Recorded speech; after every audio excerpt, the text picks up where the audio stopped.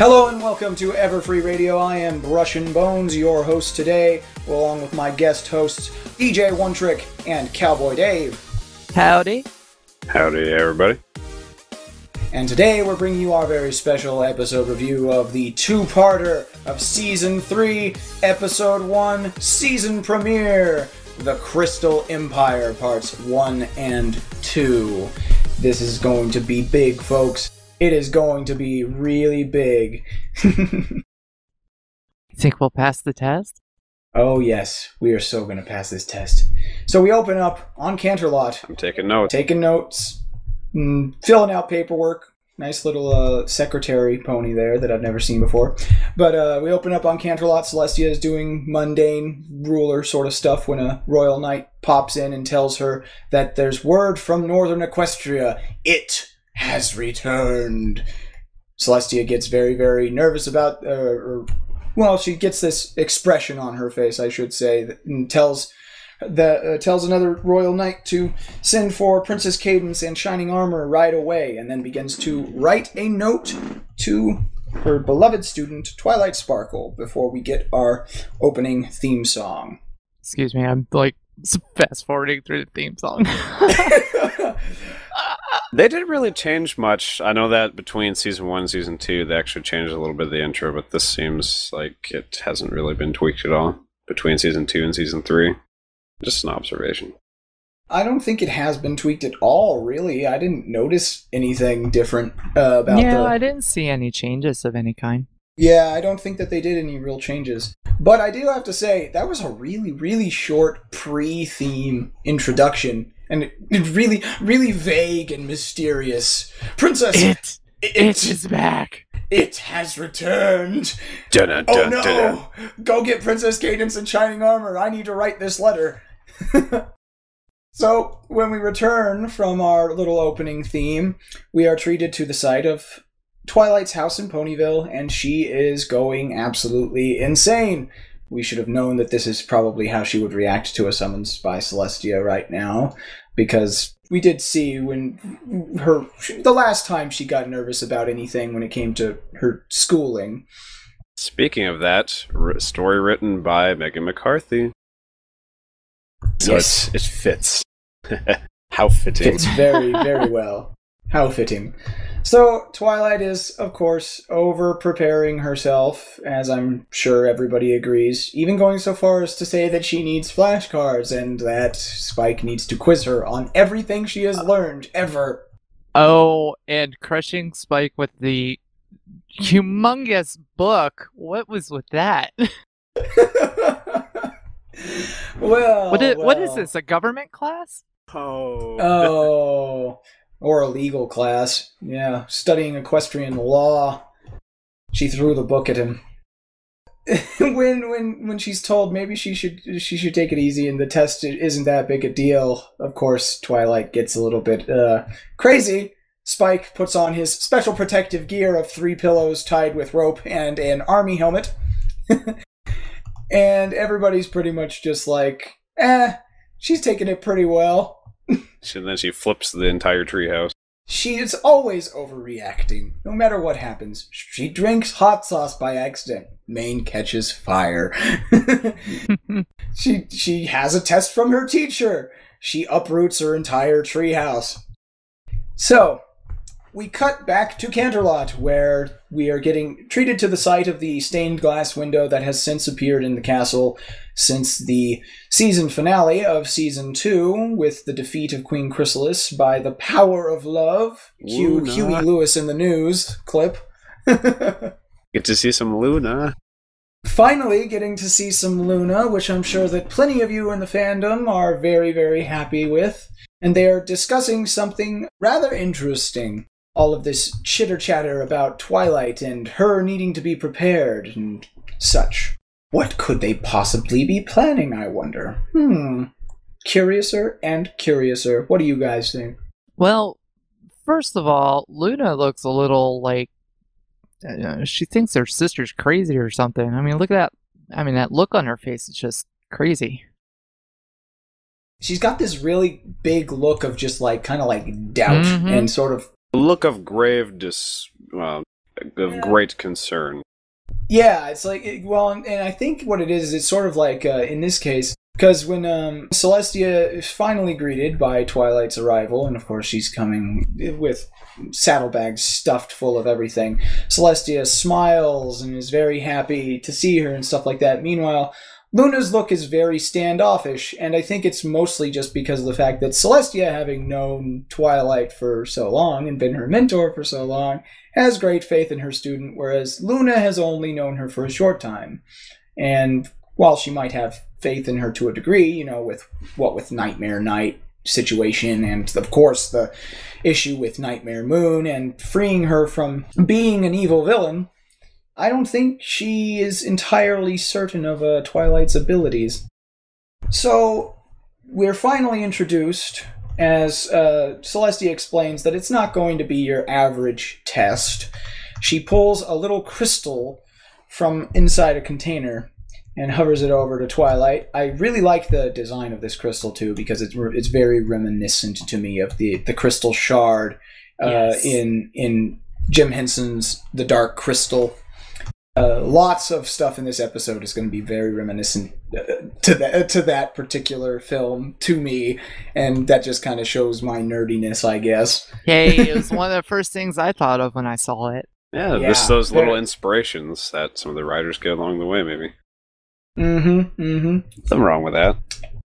And so, Celestia uses her magic to show Twilight Sparkle a lovely little holographic image of what was once known as the Crystal Empire. And unfortunately, Twilight, she doesn't know anything about the Crystal Empire. Well, that's kind of... there isn't a book about it.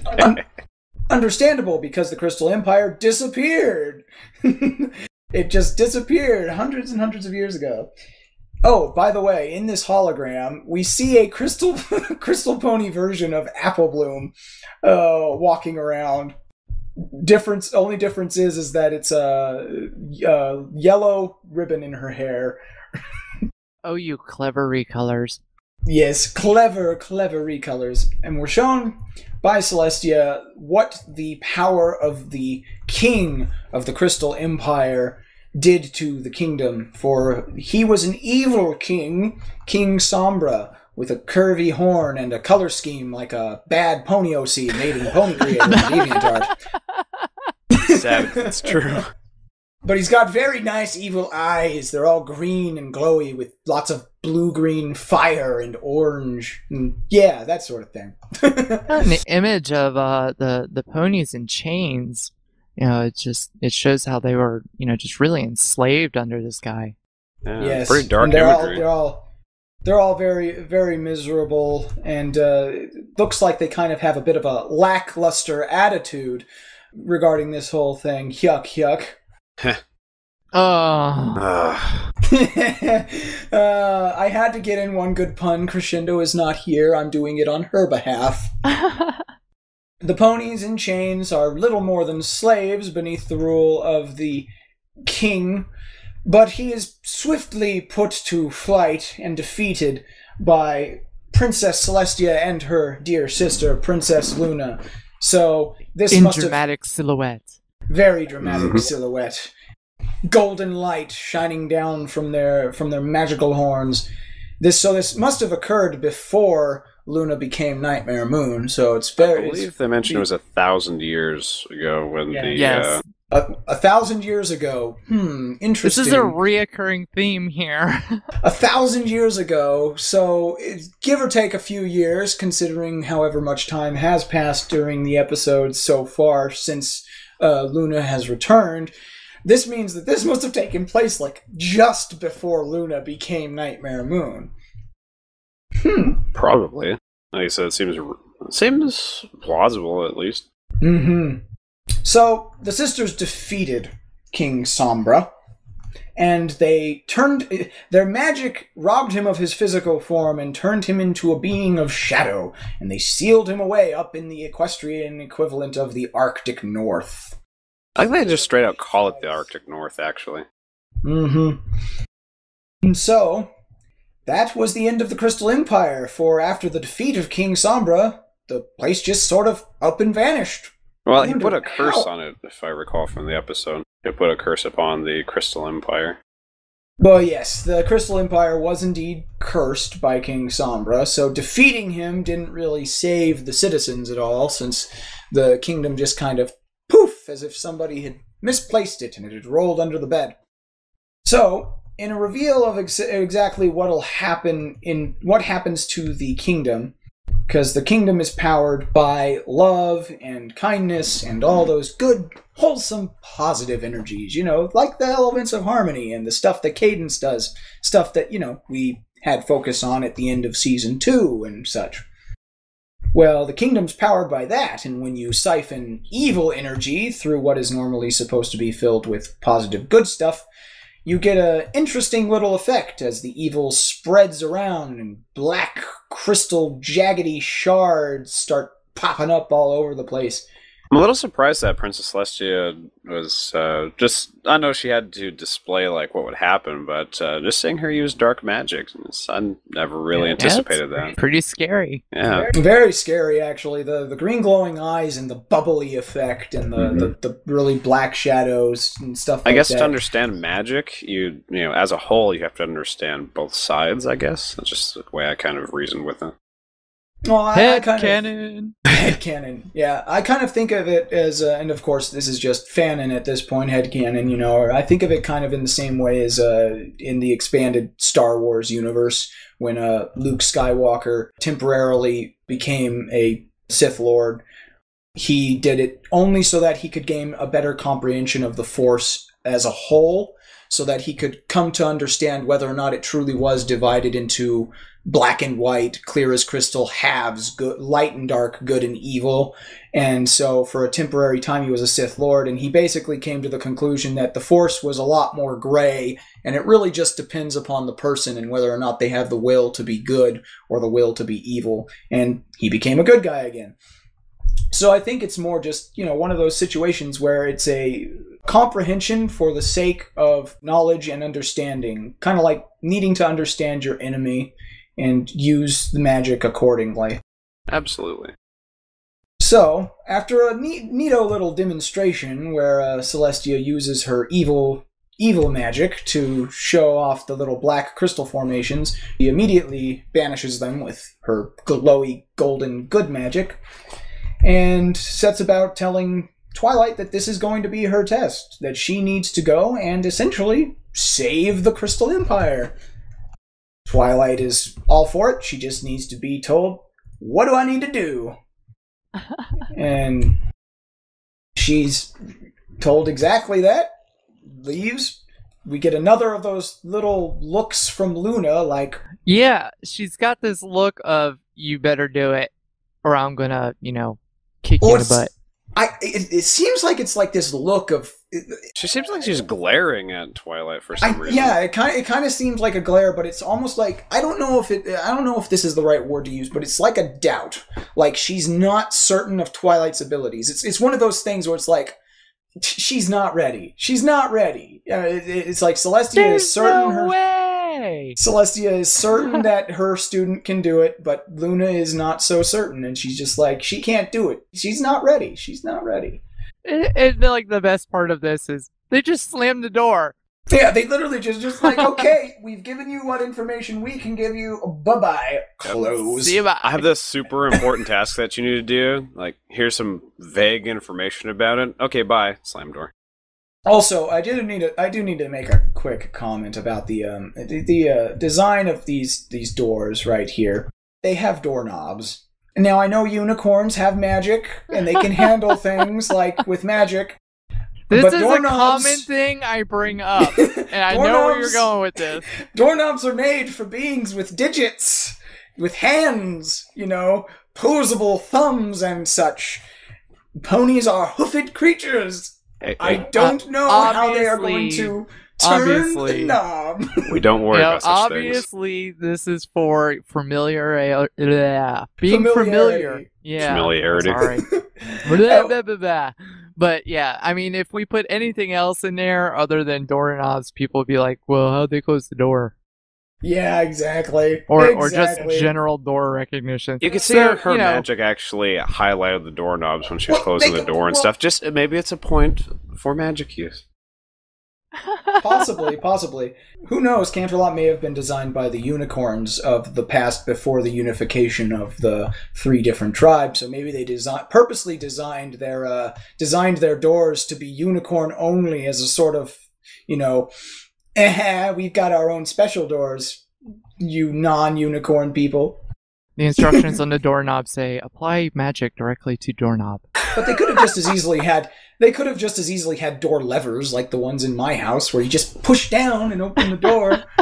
Anyway, we are getting way off topic. Nitpickiness. Okay, so Twilight comes out looking surprisingly glum after all of that gung-ho, hey, I'm gonna do this from the previous scene, and we get our first musical number of the new season, other than the opening theme. But not only is it pretty amazing, but Spike gets to sing. I mean, we've seen this already. It's already been leaked out a long time ago, but I mean, come on, it's Spike singing.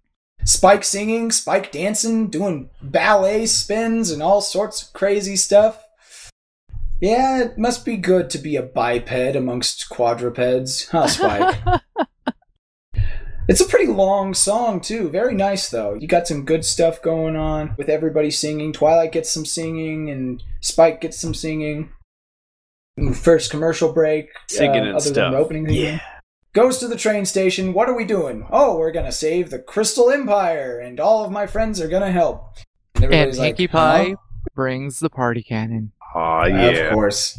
Well, she brought the party cannon to celebrate Twilight's passing of the test, but upon learning that the test hadn't actually been taken or anything normal yet, she sets off the cannon in preparation, is informed in mid-air of the fact that the test hasn't been done yet, and then she comes back to the ground as the streamers ejected from the cannon also get sucked back into the cannon. Oh, Pinkie Pie, your ability to be so incredibly odd is astounding. How do I physics? Fantastic. How do I physics? How do I physics? How do anything I have physics? And of course, Twilight informs her friends that we're going to save the Crystal Empire, and we have to go to the Arctic North. So we cut, and next thing we know, we're seeing the train in the Arctic North. For a place that's been lost for such a long time, they still have train service. Well, maybe it's kind of like one of those situations where they might have had like a train going to the Crystal Empire a long time ago, and it's been maintained for whatever reason between segments.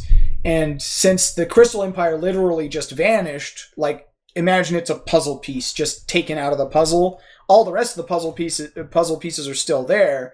So when you fit the one back in, if they still had a train, the railway's going to be connected and everything anyways. So we just have to tell the conductor, hey, we're taking the train up north to the Crystal Empire.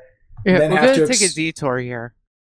Then you have to explain to the conductor what the Crystal Empire is, because nobody knows what it is. Well, there's no real history record of it, if you recall. Yeah, there's no historical records whatsoever. Yeah, in fact, that was part of one of the things in the opener after the initial, intro theme. Twilight looked through her books. Oh, I've never heard of the Crystal Empire. I haven't seen it in my books anywhere. And Celeste reminds her, because it's not in your books. Exactly.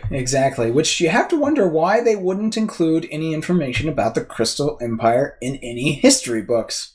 Seems a little bit odd to me. What are you up to, Celestia? Are you the Richard Nixon of ponies? Oh, Lord. Okay.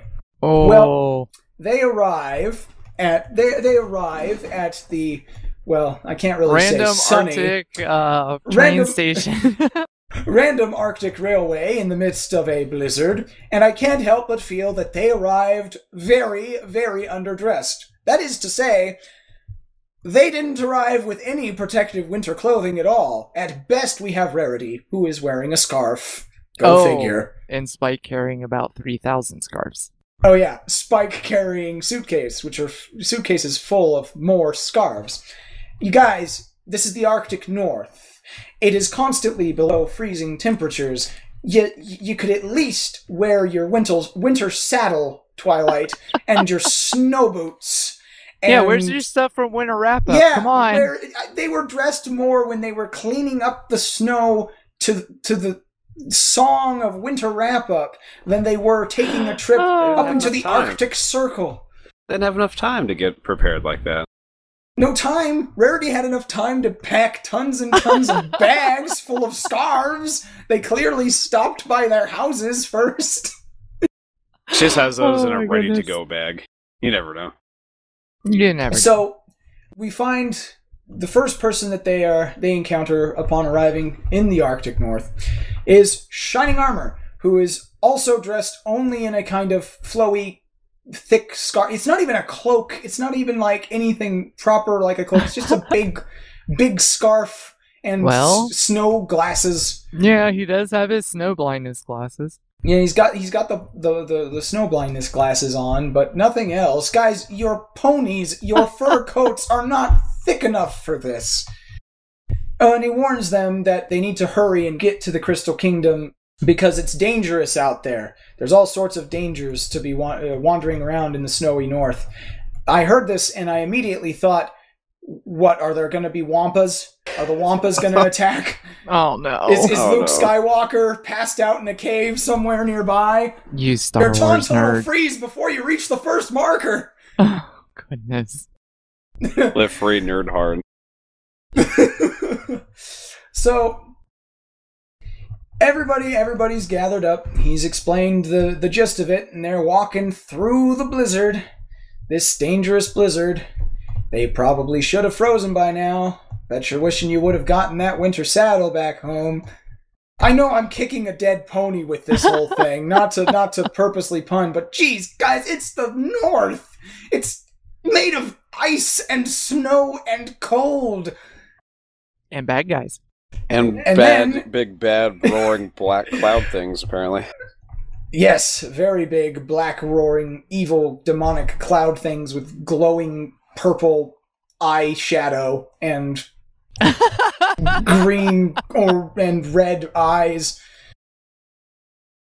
You know, it's kind of sad that they weren't able to get, like, Tim Curry for the voice of this creature, because I saw it as a smoke demon and immediately thought of Hexus. Oh my goodness. Oh goodness. It would have been fantastic. Definitely would have needed more lines. Oh yes. Yes, definitely.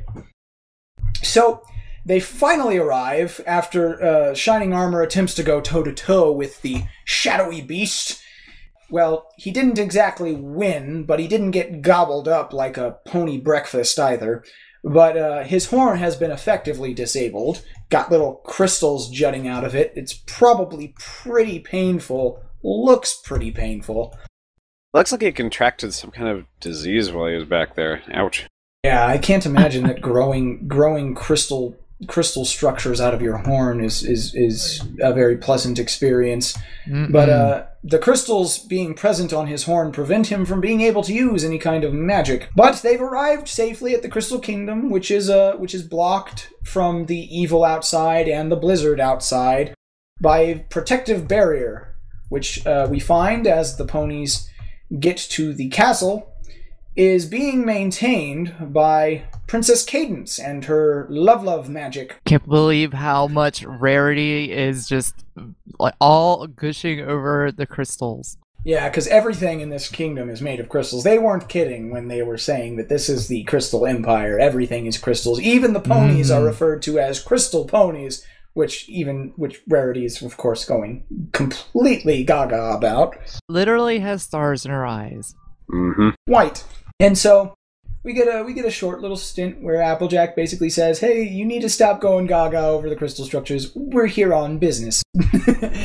So we get the little meetup with Princess Cadence, who does not look very good. She's got some serious bags under her eyes, and as Shining Armor explains, it's because she has to maintain that barrier 24 hours. She has not been sleeping. She has not been eating. She has been using magic constantly since well, I guess since they arrived. She does have enough energy to do the little dance with Twilight, though. Yes, the dance. I am so glad that they kept that and had them do it again, because it was a very nice little callback, nice continuity. You know, Soxy is probably just shaking his head. Why? He didn't like the song, and I'm like, oh. How could you not like that song? He is So a cute. cold human. Cold. As cold as the Arctic North, which you should be wearing warm clothing in. Okay, that's the last that I will rip on them for not wearing proper gear to the Arctic North. Cool. Maybe we'll finish this review sometime today then. Oh my goodness. But yeah, I mean, Cadence she looks totally just gone. And you can see just for a second where her magic fades for a little bit, and the whole background, the whole bubble that's protecting him just kind of flickers. Yep, her magic is hanging on by a hair's thread here. Cadence and Shining Armor are going to try and maintain the barrier, while Twilight goes on her information search with her friends. Research paper. Research paper. Research That's what paper. she's good at. So we see our first little crystal pony, other than the ones that we witnessed in the hologram flashback earlier in the episode, that they meet. And the crystal pony has a demeanor kind of reminiscent of like Eeyore from Winnie the Pooh. Very monotone, very melancholy. She does not look lustrous and sparkly as you would think a crystal pony should. Her mane is very matted, as if it's just kind of dead. And emo sparkle pony. And she cannot for the life of her seem to remember anything as far as the information goes that Twilight and Spike and the rest of them need. And we get a little image as she tries to remember of the green and orange and purple eyeshadowed eyes of King Sombra.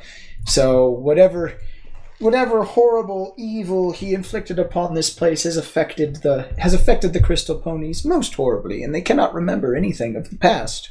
I have to point out though, look at that cutie mark. I mean, it's just like a quill or a feather, but I mean, it's got a lot of color to it. Yeah, it does. That looks like maybe a wheat stalk. Yeah, wheat stalk. Yeah, I was just gonna say that. Those are immediately reminded me of. Yeah, it made me think of a wheat stalk myself. It's got that elaborate gradient to it. It's kind of new style. Yeah. It could also be an oak leaf, I suppose. It's got the rounded edges and stuff. Okay, and then Rainbow Dash, who isn't doing a very good job of getting any information out because she's kind of going with the... kind of pushy. She's playing bad cop, and there's no good cop to help her out here.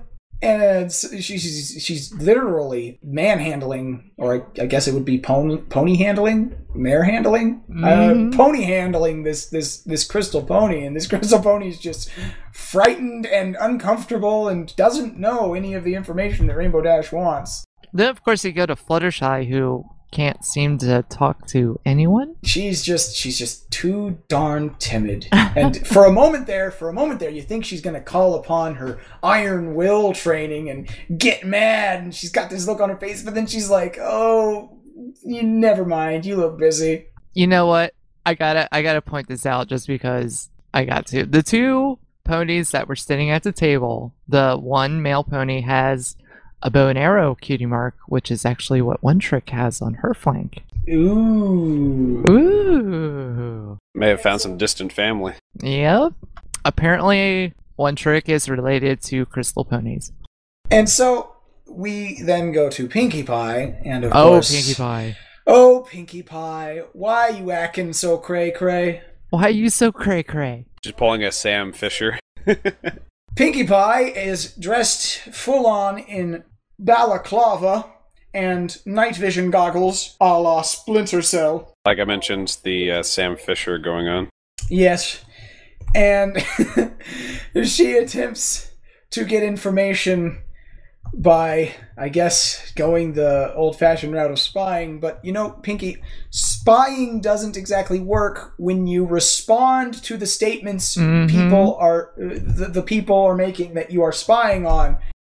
And, of course, when they see her, they immediately shout, "A spy!" And she's curious what might have given it away. Must have been those night vision goggles. The curious thing though is that the two ponies are talking about, they're looking at the castle and they're going, it's just missing something. Something's missing. Something is missing. Well, what could be missing? I wonder what it could be. I wonder. Mm-hmm. A little bit of foreshadowing there, huh?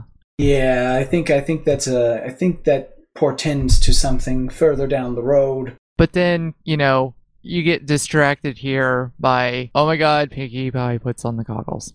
And then starts acting a little weird. And we get a cutaway to Rarity, who is going on and on about what she would look like as a crystal pony and how awesome it would be. You know what's strange about this? What's strange about this? I actually have the crystal Rarity blind bag sitting right here on my desk. Nice. And it looks almost just like her. Nice. Very nice. Good job, Hasbro. Same head position and everything. They did something right. Of course, this means that Rarity isn't actually getting any information out of the crystal pony. She's just kind of sitting there being very self-absorbed. Oh, Rarity. Never change. Never change. Element of generosity. Even when Rainbow Dash and the rest of them come to give their reports to Twilight, she's literally still fondling her hair and then goes, yeah, I didn't find anything out either. Are they trying to make her act more like a stereotypical high school cheerleader, or is it just me? If she were a human, she would be giving herself a manicure right now and doing that whole blow on her nails thing and then look at them. The one hilarious part of this scene is when Fluttershy walks up and it's Pinkie Pie. Hey, is that Fluttershy? Nope, Pinkie Pie. Nope, Chuck Testa. Just Chuck Testa. Literally just pulls it off. It's just a suit. That's some crazy Lupin the Third style stuff going on right there. And then the real Fluttershy comes back. Fluttershy is standing on it and she's like, what is this? Oh gosh. So they have come to the conclusion that they cannot get any useful information out of the crystal ponies themselves because they all seem to have just up and forgotten what happened 1,000 years ago. I suppose if you're in limbo for 1,000 years, that would happen. So they decide to do the thing that probably should have been obvious for somebody like Twilight and find out if there's a library in this big old kingdom. And of course... Well, Applejack mentioned it just in passing like it wasn't a big deal, and Twilight's like, a library! And they go to the library, and dear sweet Celestia, Twilight... Oh, wait. Outside of the library, there's two magnificent griffins. Oh, so now yes. we know at least griffins have been around for at least 1,000 years. Griffins have been present. The lovely little griffin statues outside of the library owe to... You know what? It's kind of curious. If it's a kingdom full of crystal ponies, why decorate the library with griffins? Maybe it was a co-op place in the past, and more people than just the ponies live there. What do you think? There are crystal griffins, perhaps? There could be crystal anything, man. Lions. Well, look what we put outside of libraries. I mean, just could be statues. Personally, I'm hoping for crystal dragons. That way we can get the full spectrum. You've been playing too much Warcraft, sir. That way we'll have the prismatic dragons, the metallic dragons, and the crystal dragons. Yes. D&D, thank you very much. Dungeons and Dragons. Yeah, I was gonna say, Bones, your D&D is showing. So, we find ourselves at the Crystal Kingdom Library, and Twilight's going just about as gaga over this gigantic storage of books as Rarity was going over the entirety of the Crystal Kingdom. We are then greeted by a older pony who must certainly be the librarian. If she could remember anything about the library. She's not even sure if she works there. Definitely doesn't know where the history section is. Definitely does not. I do love those glasses, though. Very nice, very nice. So, we get ourselves treated to a little montage, very short montage of them going through, sifting through all of the books. And... You know, this is where Pinkie Pie's ability to find a book would come in handy. Yeah, it really would. I think it would require somebody toppling over one of the bookshelves on top of her. That way the book could randomly land open on her face, though. Mm-hmm. But it was under E. I guess this one might be under C. C or maybe H for history or something like that. So they use ladders, step ladders, bipedal ladders to climb up onto these. Yeah, why is Rainbow Dash on a ladder? That girl flies everywhere, but yet she needs a ladder. The real question is, why are they using a ladder designed for bipeds? We don't worry about such things. Again, doorknobs. Doorknobs. That's going to become a new catchphrase. Or anytime we're met with something that doesn't make any sense anatomically, we're just going to say doorknobs. Doorknobs. So they sift through all of the books. They can't seem to find it. They're starting to think it's just a bit of a wild goose chase, but fortunately, Twilight's got a lovely little magical assembly line going on, and she finds the book they're looking for. So, the history of the Crystal Kingdom. And it talks about a crystal fair that would be held when they would basically recharge all of that love and goodness that keeps out the evil. The evils. So, they take the book back to Cadence and Shining Armor, and they explain about this crystal fair. Cadence, meanwhile, really, really looking like she could use a good coffee. I think she's had a few too many coffees by now. Probably. It's doing nothing for her. The news perks up Shining Armor, and he attempts a nice little grin at Cadence, but she's just too gosh darn tired to even really react. So he tells Twilight and Spike to go ahead and get started. And we are treated to our next musical number. I do have to say, this song in itself is just fantastic. It's completely different than any other song that we've heard in the entire series so far. I really do like it, though I will say that the portion of the song when they used the line, they had a petting zoo filled with tiny ewes. Little crystalline sheep show up. That was adorable! It was adorable, but at the same time, it's just kind of like, were you hurting for a rhyme there?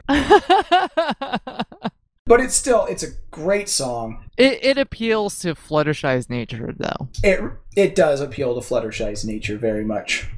Oh, speaking of things that appeal to one or another pony's better nature, Rainbow Dash plus jousting. Yes. Perfect combination. And, of course, a flugelhorn. Flugelhorn! Which, of course... Flugelhorn. That is, I believe, literally pulled directly from Dr. Seuss. Do not quote me on this, but I am pretty certain that they have flugelhorns, and that Who's and Whoville play the flugelhorn. And who else to use it but Pinkie Pie? Yeah. In any case, it's the pony equivalent of the Vuvuzela. Oh God, Vuvuzelas. Yep, just perfect for Pinkie then. Yep. So, they go through the musical number, describing the various different things that the Crystal Fair had. And they go about in a musical montage, setting up the entirety of the Crystal Fair.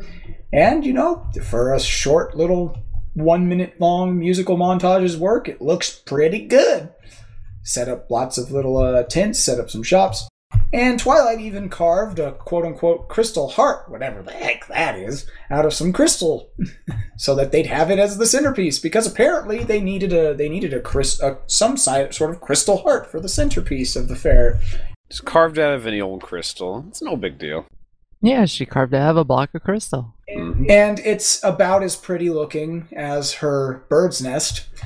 So seems legit. Seems pretty legit, right? I mean, yeah. In all honesty, it doesn't look like she, aside from the heart portion of it, because it's got a base as well, this sort of pedestalish base. Aside from the heart, it doesn't really look carved at all, because there's these squares in the drawing design of the crystal base that looks like it was slapped together with tape. Yes, cellophane is well represented here. Yeah. Twilight, didn't you realize that arts and crafts are more rarities sort of thing in Winter Wrap-Up? I would think it would have taken some time for Rarity to come up with that, though. And being the perfectionist that she is. Wait. given that Rarity can find gems with her horn, don't you think she could have found some that looked good? That's a good point. Yeah, because I mean that's probably one of the worst, most. I hate to use it again, but lackluster crystal I have ever seen.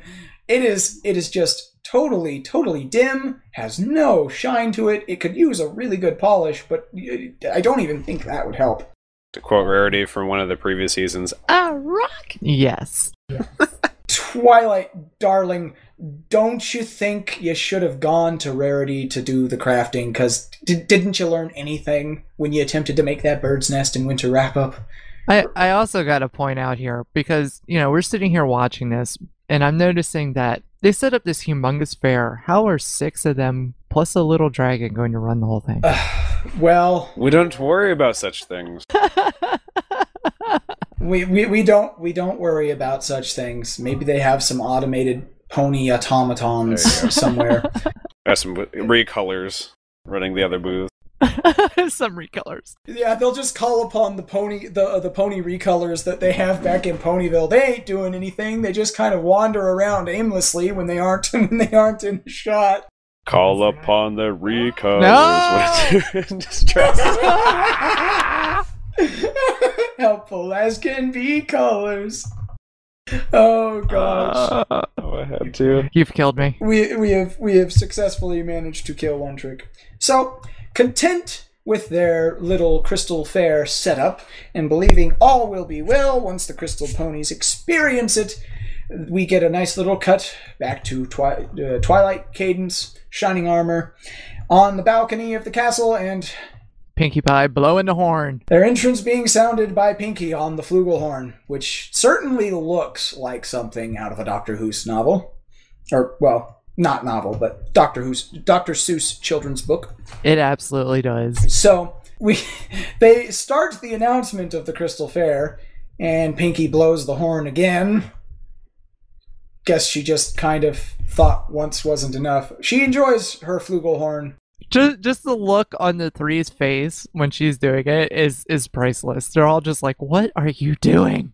So the Crystal Ponies decide, hey, let's come out and take a look at this fair, and they start to gain their luster back, and they're getting all shiny and looking a bit more crystally than they used to be. Looks like it worked. I look so depressed. Oof. Almost immediately, they're all colorful again and bouncy, and they have fantastic manes. Yeah, their manes, man. When they're miserable, their manes lose all form of like accoutrement, and they get all flat and just not very pretty to look at, very lazy. Yet for some reason, just by gaining back their shine, their manes get all done up and nice looking and full of hair thingies and all that sort of stuff. And then here comes Rainbow Dash. They even get makeup. Yes. I just noticed this. They even get like fully make-upped faces and stuff, eyeshadow and liner and all that stuff. God, I wish my mornings were like that. It would be so easy, wouldn't yes. it? Just instantly start styling when you wake up. Yep. Just do something to put yourself in a good mood, and blammo, you look nice for the rest of the day. Just turn on some ponies and blam, done. And then the librarian shows up, and after being informed that the Crystal Heart is present, and that apparently, what, you found the Crystal Heart? It's actually here? This is amazing!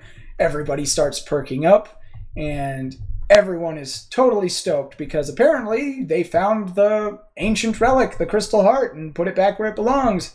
Uh-oh! Uh-oh. And then our team of the main 6 panic. So Rainbow Dash, thinking quickly, as is her specialty, all things fast, grabs the banner from atop the flagpole and quickly hides the rock that Twilight carved underneath of it. So we're greeted once again to a cutaway, and we are speaking with Shining Armor and Cadence again as Twilight sifts through the book, realizing that the very, very last page of the book was torn out. Very obviously so, yet somehow she missed it. She even comments saying, "How did I miss this?" I don't know, Twilight. Maybe you were just... Yeah. Twilight, I'm disappointed. Yep.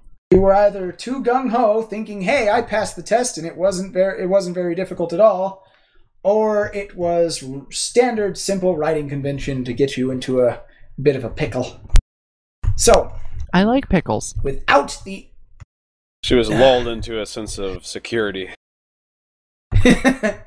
So, with the knowledge that the Crystal Fair alone will not be enough, and they need the actual relic known as the Crystal Heart, we see Cadence is becoming too exhausted to maintain her barrier, and the cold winter of the Arctic North is seeping into the kingdom, and the shadow that is King Sombra has entered.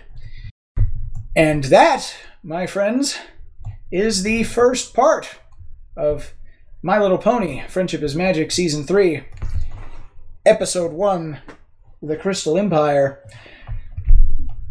Part 2 starts off, well, pretty much exactly where Part 1 left off. How convenient. And they're kind of thinking, hey, we kind of got to push this guy out, you know? And so Shining Armor picks Cadence up, and Cadence reactivates her barrier, but chops off a little bit of King Sombra's horn there, falls inside the barrier, and it kind of melts into the ground, bubbly and purpley and green and dark looking. That doesn't look like it's good for the soil. Oh, the Equestrian EPA is going to be all over that. EPA! Okay. The triple EPA, or double EPA, rather. They have put a dome over the Crystal Kingdom because we don't want any of those pollutants getting out there. Although it's really more like they don't want the pollutant from outside getting in. So they need to hurry up and find that Crystal Heart. So Rainbow Dash and Twilight take off, wondering where they're going to be able to find it. They banter a little bit, and Twilight tells her that she is going to have to find a way to keep the Crystal Fair going and keep all of the Crystal Ponies preoccupied until she can find the real Crystal Heart. Of course, it must be hidden somewhere. Has to be. Hidden somewhere. Now, if I were an evil king, where would I hide my special MacGuffin? Well, in plain sight. Obviously. So, you know, that seems to be a reoccurring theme too. I mean, look at the like elements of harmony. You know, the actual gear that they were wearing. Yeah, you know, they had that whole thing going on in the premiere of season 2 as well with the hiding in plain sight thing. They spend all their time going through that maze. Turns out that the elements of harmony were right where everything began, the book in Twilight's library. So Twilight's going to figure out how she's going to go about finding the Crystal Heart. She doesn't know where it is. Nobody does. And we're treated to a little shot of the where the horn melted, sprouting up a little black crystal spire. Very tiny, but it's still there. So the Crystal Ponies, busy enjoying themselves at the fair, playing rings. I guess that's the pony safe equivalent of horseshoes. They played horseshoes before. They did indeed play horseshoes before. I'm just kind of curious why they aren't playing it now. Well, maybe, you know, in this part of the world, you know, the crystal rings are much more fashionable. Enjoying some corn on the cob as well. Crystal corn on the cob. How does that work? Corn on the cob. Well, maybe it's just very nice looking corn. Like maybe everything within the borders of the Crystal Kingdom grows with this lustrous crystalline shine, and it's really magnificent and tasty. Well, that makes sense. If it's all protected by the Crystal Heart, I don't see why not. And Rarity is making gorgeous little hats and other little knickknacks for our Crystal Pony friends, using her arts and craft skills, which could have been put to work making a decent replica of the Crystal Heart, Twilight. Learn from your mistakes. She can only make one bird nest, but she can do this whole fair thing, no problem. Yeah, I don't think that bird nest that Twilight made counts as even one. After all, Rarity couldn't even fix it. It was so bad. Oh, God. She cried into it. What? Okay. Enough going off track. I won't rip on Twilight anymore. Tara's gonna have a problem with you. Tara's gonna tweet about this. So, Rainbow Dash. Oh, it's too late. You can't save yourself now. Hey, I love Twilight. Twilight is my favorite pony in the entirety of My Little Pony. She is best pony to me. Stay tuned, EFR watchers, for the next episode where Bones has to redact everything. So, we cut away. Twilight's pondering where she could go to find the Crystal Heart as Rainbow Dash is attempting to basically ask people in the community, hey, who wants to blow the flugelhorn? Pinkie Pie! Pinkie Pie, done up as a jester. Pinkie Pie wants to blow the flugelhorn. So funny. Who else wants to blow the flugelhorn? Oh, Pinkie Pie, why are you acting so cray-cray? She even gets mad about it. She gets upset. She's throwing a hissy fit. A real big hissy fit. So it finally hits Twilight. That must be the castle. That must be where it was hidden. Because, of course... Well, and she takes Spike with her. Yep. Who can't lift a claw. Mm-hmm. Well, Spike insists. He's like, hey, I want to come with you. I'll just be there to keep you company. I won't lift a claw to help you. Because it's your test. And she's like, okay, fine. And she takes him with her.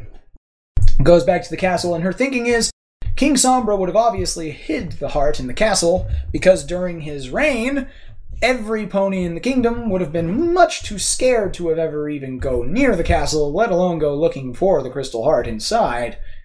So, they head off to the castle, where they hope to find the heart. She leaves Applejack in charge of guarding the fake heart so that the soul, well, I guess the spirit of the crystal ponies isn't broken when they discover that isn't the real one. From now on, we're just going to refer to the fake as the Rock. It's about it's about the as Rock nice to look at. You would think of all the ponies, Applejack probably wouldn't have been the best one to leave there. Yeah, considering she's the element of honesty and all, kind of, It's kind of bugging me that they always put her on the line of honesty and just being... there. I don't know, deceiving a little bit. Well, this is the second time that she's been put into a position where she has had to deliberately...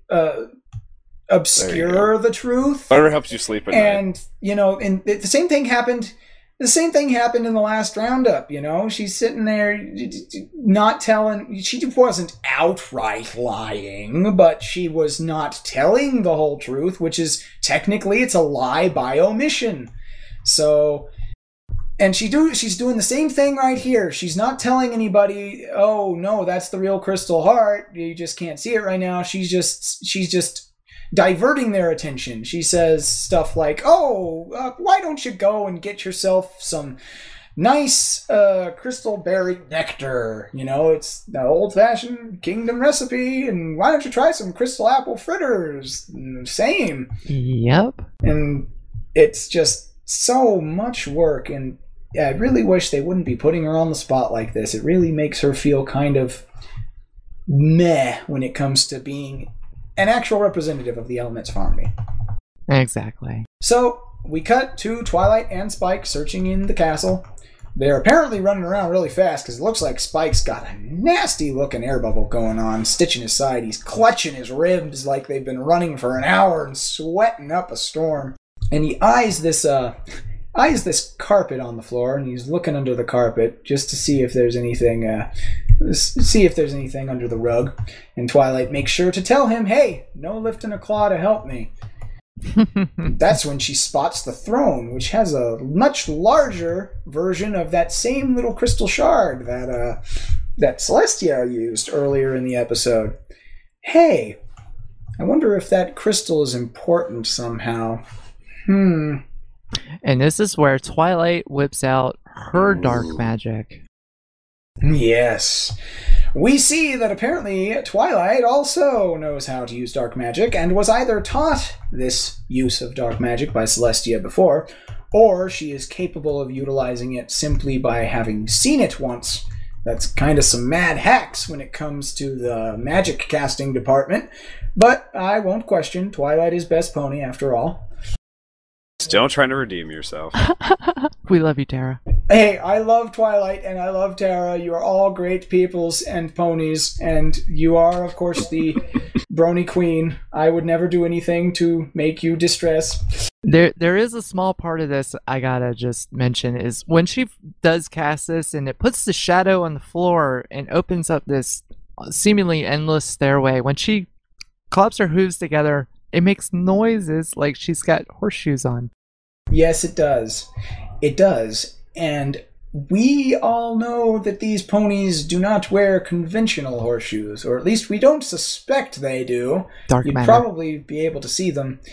But I guess it's just time we just say, let's not worry about such things and push forward. I know Onward. I'm gonna get no end of people saying, "Oh, Brushin Bones, why are you ripping on Twilight so much?" Why are you so critical? I only do so because I love Twilight so much, and Twilight would want me to be critical. She's a critical person herself. So, they open up this hidden stairway using that dark magic shined upon the crystal, making it even more like the dark crystal. And I was sitting here waiting for a point at which one of the crystals would make a loud, like, squeeing alarm sound, like a fire alarm, like the dark crystal did in the dark crystal, and just hear one of the Skeksis go, "The crystal calls!" So we go down these frightening little stairs, while Spike stays up top because he's a bit too scared. And Twilight gives him permission since, she told him not to lift a claw to help her anyways. And she's going down, down, down. And she even pulls off a little shard of rock and tests to see how far down these stairways go. Like I said, seemingly endless. Seemingly endless at first. The clack doesn't happen for a very long time. Meanwhile, outside, you see the transformation of those pillars that they walk through in the beginning start to turn that shadowy, dark crystal color. Cadence's magic is weakened. Yeah, and that allows, it's starting to come in. Allows Sombra to cast his spell and, I guess, ignite that piece of his horn that broke off earlier. Allows it to spread his magic on the inside of the barrier. Yes. Spread that dark magic. That hate plague. Spike's face just... Ugh. And so, Twilight finds a door at the bottom of the stairwells, but like a true troll, this door, which really should have a troll face engraved on it for all it's worth, it zooms away from her. So, the door keeps running away from Twilight, literally, every time she attempts to open it, so she blasts it with a blast of still evil magic. And it opens up to reveal the inside of Canterlot Castle? Dun dun dun. Dun dun dun. She turns around to see Celestia furiously scribbling on some parchment scrolls. Celestia does not appear to be in a good mood. Tells her that she failed. Failure. The reaction is incredibly sad, but it's that adorable kind of sad where you're just like, oh, the feels. I'm sorry, Twilight. I want to give you a big hug. All those bad things Bone said earlier, he's going to take them all back now. I will take them all back. I take them all back, Twilight. All of them, I take them back. There should never be tears welling up in your eyes like that. It's so sad. Never. And then to just be pushed away by Celestia. Oh, it looks that like was she's about to comfort her. So harsh. Oh, so harsh. It's just like, out of my way. Yeah, it was just a moment of, it's okay. I know you're terrible. Yep. And then she sees the stained glass window of Sombra's triumph over the Crystal Kingdom. But then we're revealed that it wasn't real, and she was just seeing an illusion, and it was something to do with the door. And as Spike comes running down, shouting at her, and he's like, "You were gone for so long." If it wasn't for Spike, she would have just stayed there, and the Crystal Kingdom would have been lost. Yep. And then Spike stares at the door, and we don't see what he sees, but we hear as he's talking to himself. And it's a really sad illusion there that he saw. And Twilight didn't want him around anymore and told him to go away. Oh, he even starts crying, and I'm like, he starts crying really badly. It was breaking my heart. I mean, you just want this to little pick him up and baby cuddle dragon him. who's so adorable, and he starts crying. I mean, like right now, I have the feels. I mean, like literally, I have tears in my eyes. Epic feel time, guys. All those feels. So she uses her magic to good purify magic. the doorway. The good magic this time. Smart thinking. And we are greeted by, go figure, more stairs. You see that? She like face desks. Yep, more stairs. So they make their way up the stairs, and we cut to Cadence and Shining Armor, who are struggling. I do have to mention. Remember in Applebuck season where she's just teleporting everywhere? Mm-hmm. Yes. I think now's a good time to use that. Well, yeah, that might be a wise idea. Popular opinion is that like much of the teleportation magic that's talked about in other forms of fiction, usually it doesn't work correctly unless you have foreknowledge of where you want to teleport, or you can see where you want to teleport directly in front of you. So without knowing where she's going, she can't actually teleport to that position. It's a bit of hand waving, but it makes sense. It's used. Yeah. It's common in other forms of fiction in other places, and I can see how that could be true. Yeah, I can see that. So we cut away to Cadence and Shining Armor. The magic is fading from the barrier. They're struggling to hold it up, but it's standing for the moment. And Rainbow Dash gathered Fluttershy to perform an event to keep the Crystal Bonies occupied. The joust. Let's go back for just a second. Because you do see he gets his broken horn back, and it starts spreading further into the kingdom. Yes, it's spreading. The darkness, it's spreading. We're about to see and witness a tournament of sorts between the only two Pegasi that are currently in the kingdom, unless you count Princess Cadence herself, who's a little preoccupied at the moment. I have to mention that Rainbow Dash, she's pretty awesome in that armor. I agree. Very, very awesome. And Fluttershy, who is going to be her jousting opponent. Go figure. Fluttershy, who can barely even lift the lance, is going to be her opponent, and she's dressed up in the same gear, and dear gosh, whereas Rainbow Dash can make that gear look awesome, Fluttershy makes it look adorable. She makes it look very adorable, and she's almost like awkward in it. Incredibly so. So seeing that the barrier is barely holding, we get a little bit of a reaction shot from Pinky, who's entertaining people by doing gesture maneuvers. And then we get our joust. Rainbow Dash versus Fluttershy. And of course, like any of you really needed any sort of information from us to tell you who wins, of course, Rainbow Dash is the victor. Mm-hmm. So, Fluttershy loses that first round, and she really, really doesn't want to have to do another, but Rainbow Dash guilt trips her, essentially. Oh, come on. Inspirational speech. Come on, there you go. Oh, she's going to be easy on her next time. Inspirational speech. Yeah, she'll go a little bit... Fluttershy is practically in tears. She is sobbing at the thought of having to go up against Rainbow Dash again. I saw how far she flew when she got hit. Her spirits are brightened for a short time when Rainbow Dash says she'll go easy, but then are dampened immediately when Rainbow Dash says, but not too easy. Mm-hmm. And then you see the background, start changing. It starts changing. The darkness is spreading. And we cut back to Twilight and Spike on the stairs, looking rather distraught because they haven't ended yet. And so, with the knowledge that for all they know the stairs may not end and it's taking them way too long to climb the stairs, Twilight gets this brilliant idea. This is probably the coolest thing to ever happen. Yeah, she completely reverses the effect of gravity on her and Spike's person and goes upwards, downwards, if that makes any sense. By reversing the gravity, on her and Spike, she is now facing downwards while the spire is still in its same location. So she is sliding down the stairs while still traveling upwards. That is brilliant, Twilight. Absolutely brilliant thinking. Yes, that was fantastic. I mean, that was like probably one of the neatest spells I've seen used so far. Yeah, being able to manipulate gravity like that's pretty cool. I honestly thought she was for a going to moment teleport. they were just that or just start flying. Mm-hmm.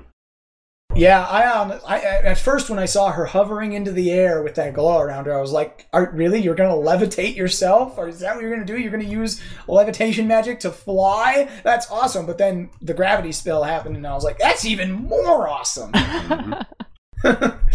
So we cut back to the Crystal Fair, and the ponies have finally noticed that the barrier is fading, and the crystals are being affected by the darkness. And they're like, we have to activate the Crystal Heart. Oh, but we have Rarity making, like, creations here, turning them back. At least trying. She's trying, but she is completely out of stock of materials to make her hats. We're treated to a nice little sight of one of these threadbare creations, which looks literally like somebody just took like a basic ring and just kind of bent some wooden twigs over it and tied it off at the top. But she made it work. She made it work.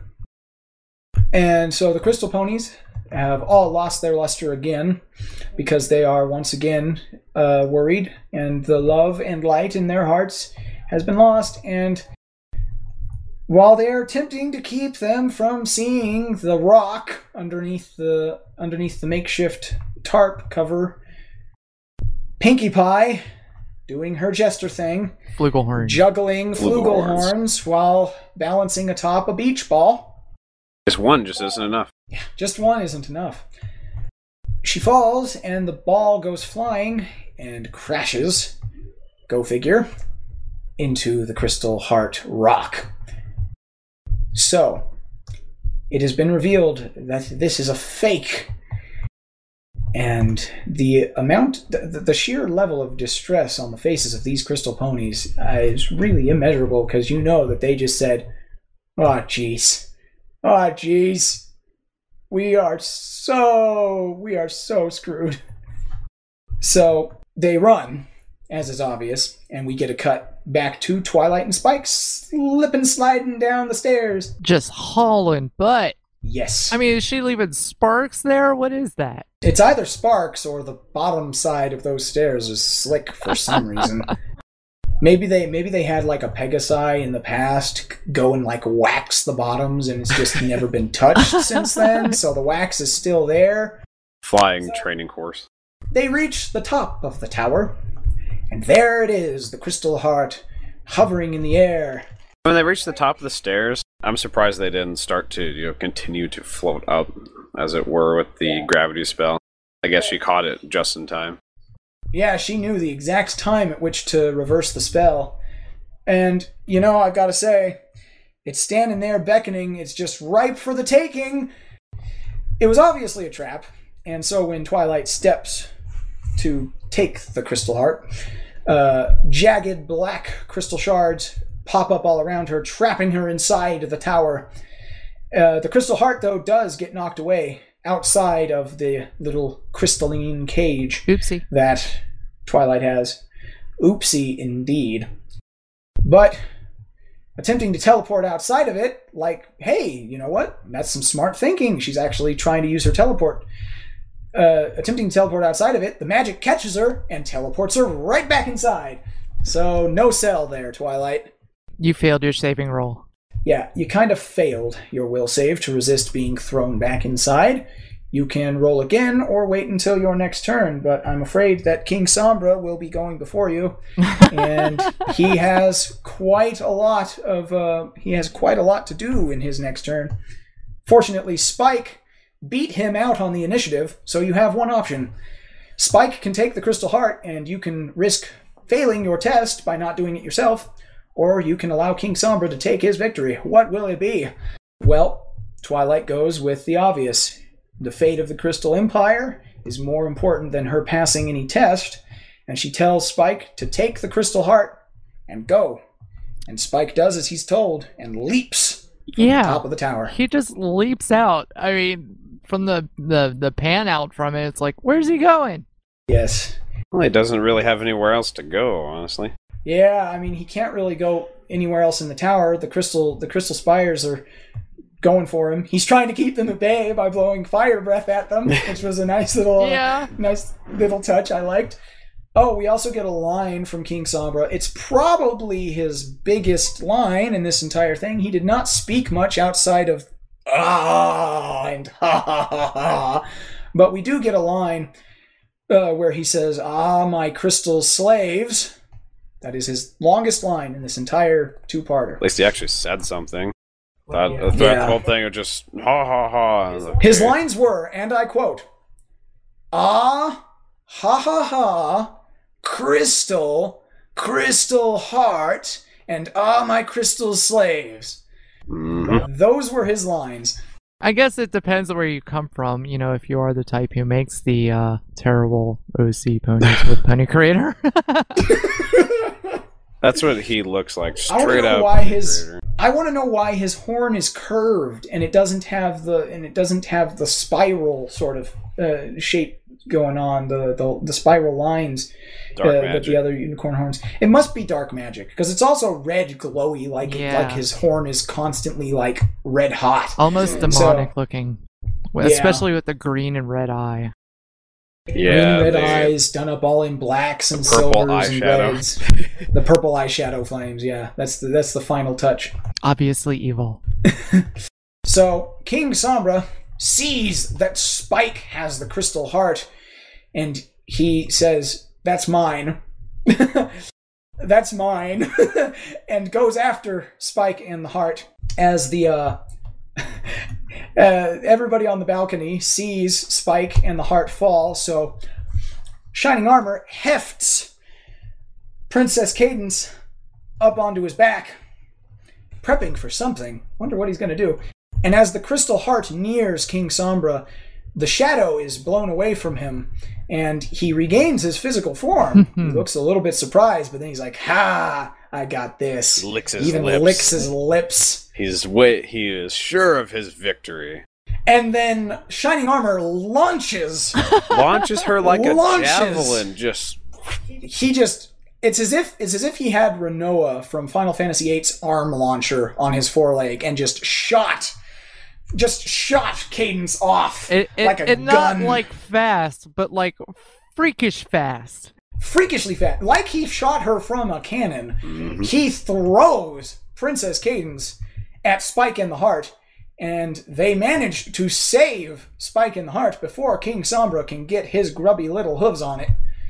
And Cadence, looking much more energetic now that everything's down to the wire, and she has possession of the Crystal Heart, lands, for good measure, she lands on top of, crushing that horrendous-looking rock from earlier. You know, I do have to point out, as she flies over the crowd, they call her the Crystal Princess.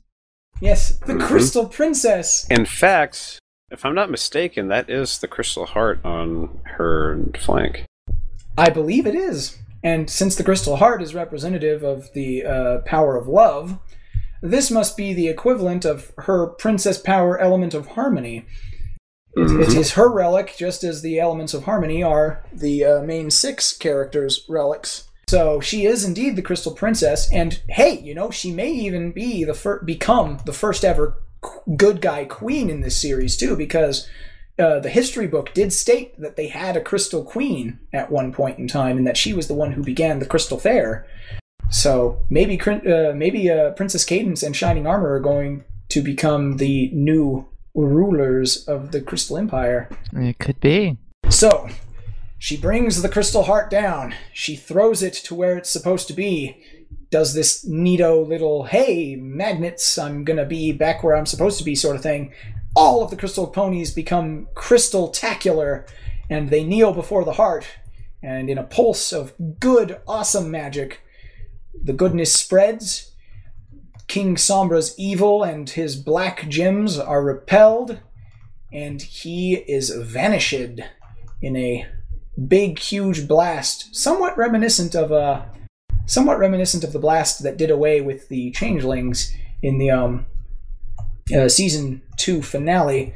And I do have to say, the blast also makes everyone in the kingdom's borders look like a crystal pony. Especially Rarity. And even Spike. So we do have a crystal dragon. Yay! Yay! I have to also mention, during the blast, when the blast radius is expanding out, you do see when King Sombra gets kind of broken down to little pieces, and when they pan out, you actually see his horn by itself being flung out. Flying towards the screen, towards beyond the borders of the Crystal Empire. Foreshadowing? Could be. We won't know until later on. Next time, Gadget. Next time. Team Rocket's blasting off again. Oh, jeez.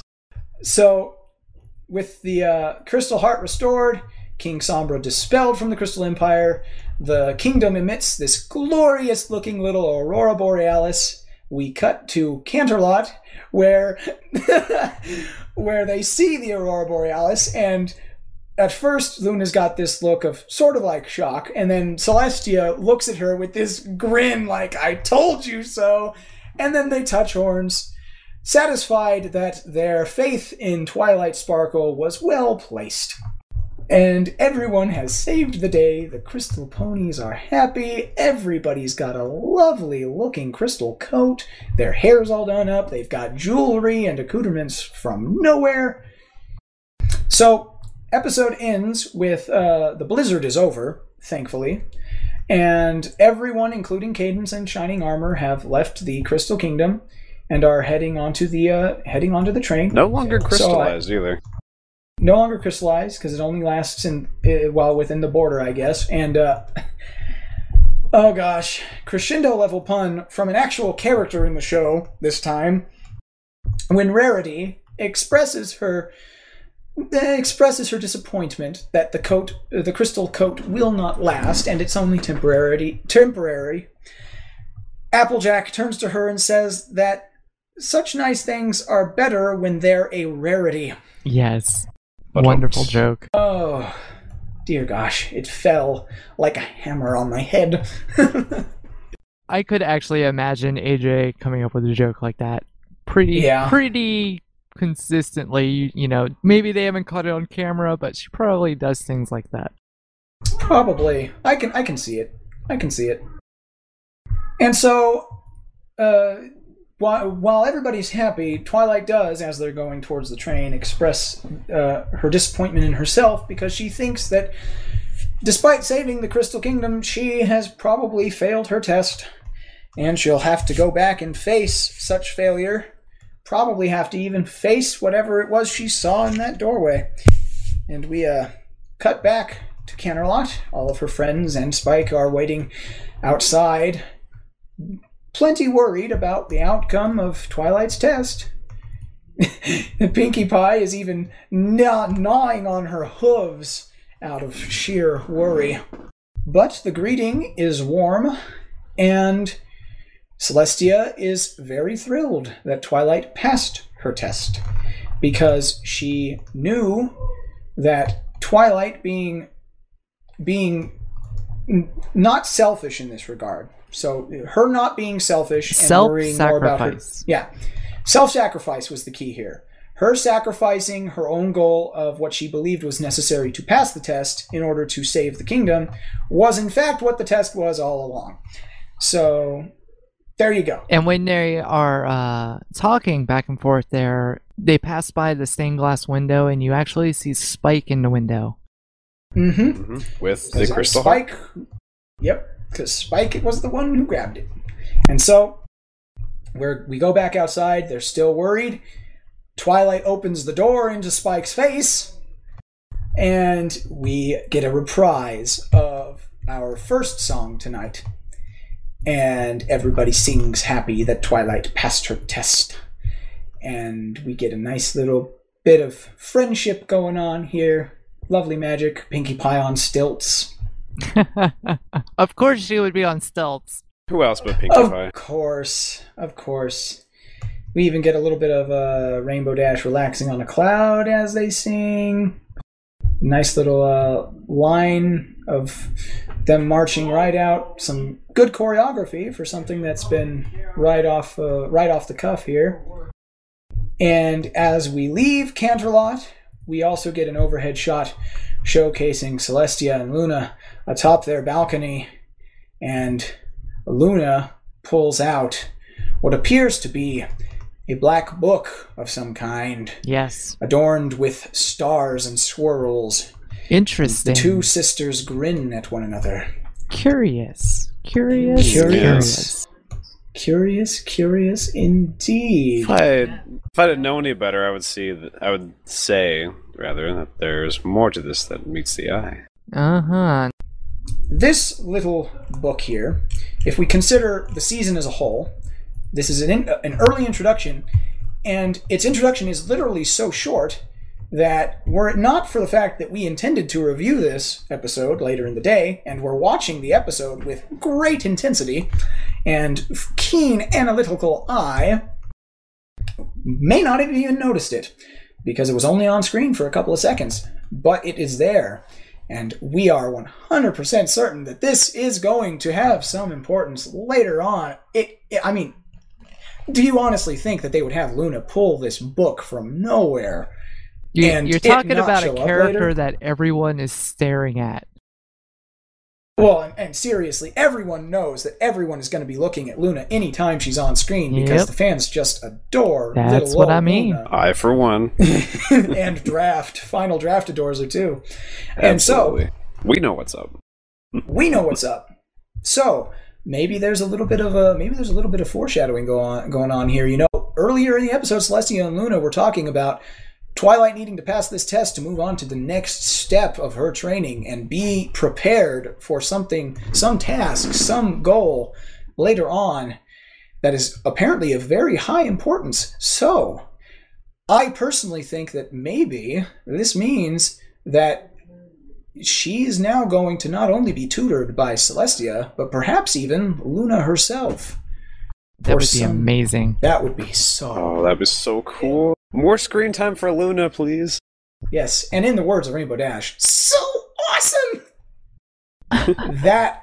Oh gosh, I can only hope that is what is going to happen, that they are going to go that route, because seeing Luna get some more screen time, seeing her teach Twilight about things, especially if we actually get to watch some of the lessons, because we know that Twilight is doing lessons for friendship for Celestia.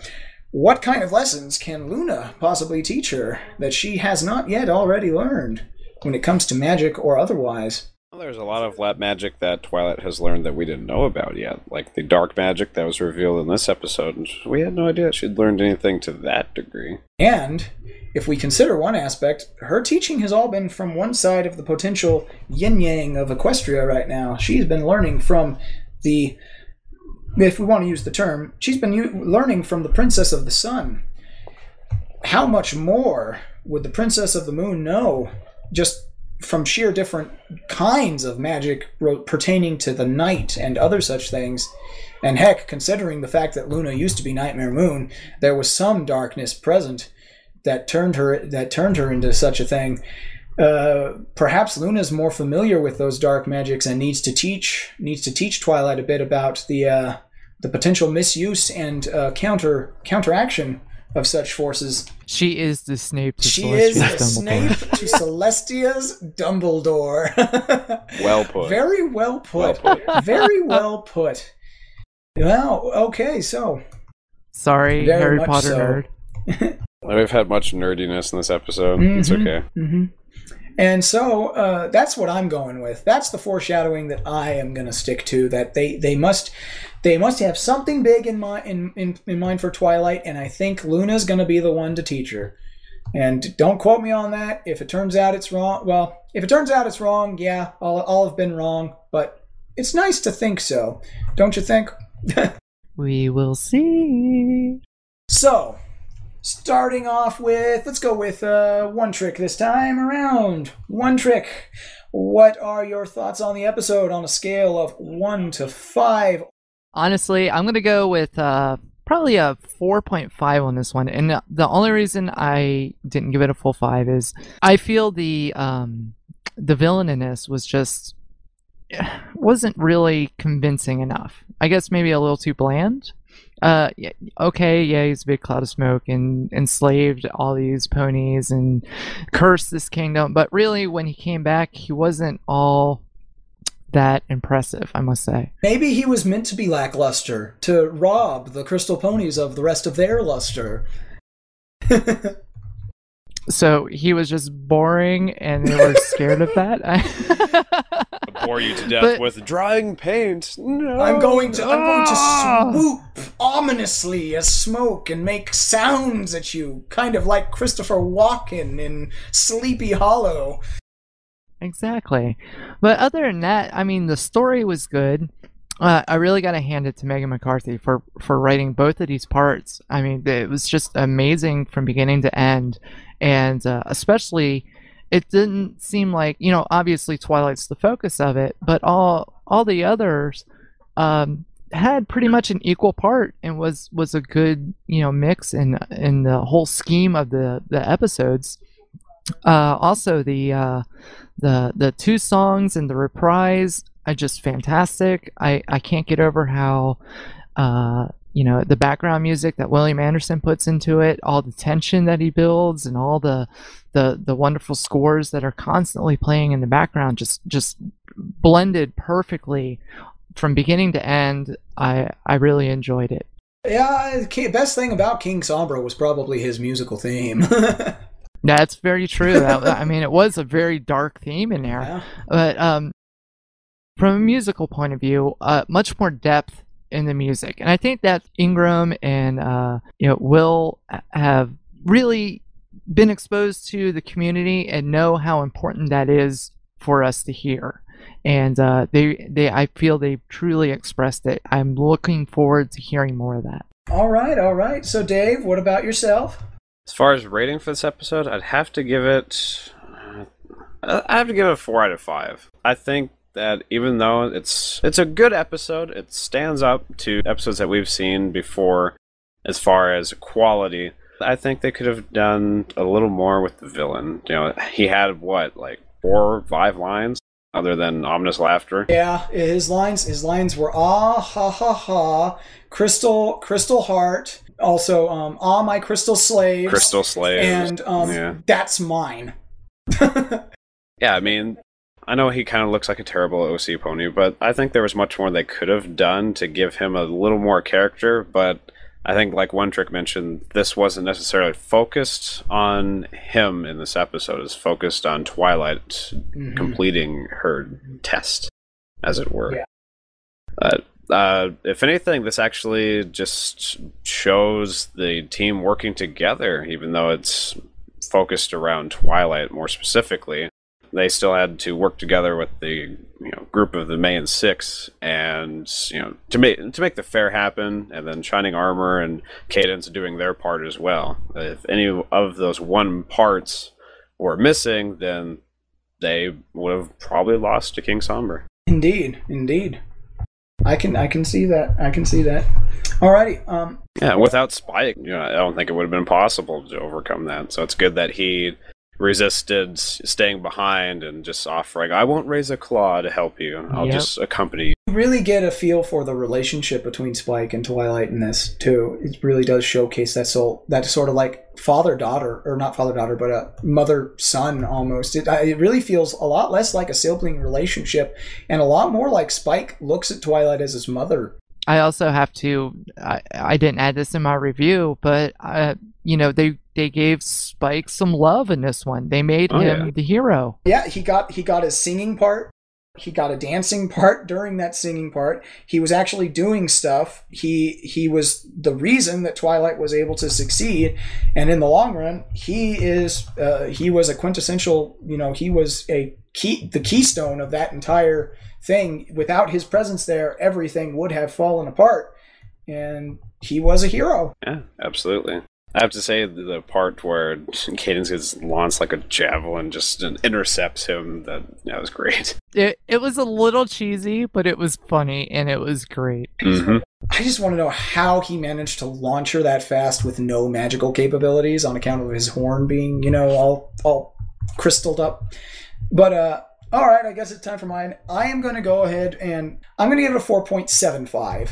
I'm going to go and I'm going to nitpick a little bit more. I'm a little bit more positive on this, mostly just because of the fact that while I do have some gripes regarding King Sombra, he was not the end goal. The end goal was not truly defeating him, like you guys have stated.